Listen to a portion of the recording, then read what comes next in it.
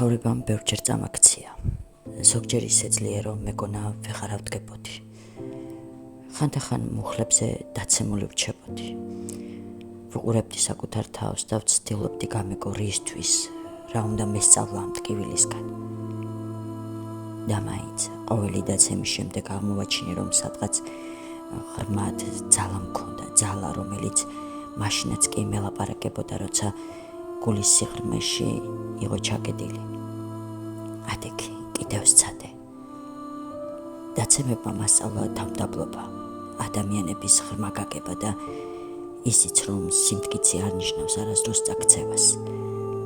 სიმტკიცე ნიშნავს, რომ ისევ ადგები, მაშინაც კი, როცა გგონია, რომ აღარ შეგიძლია.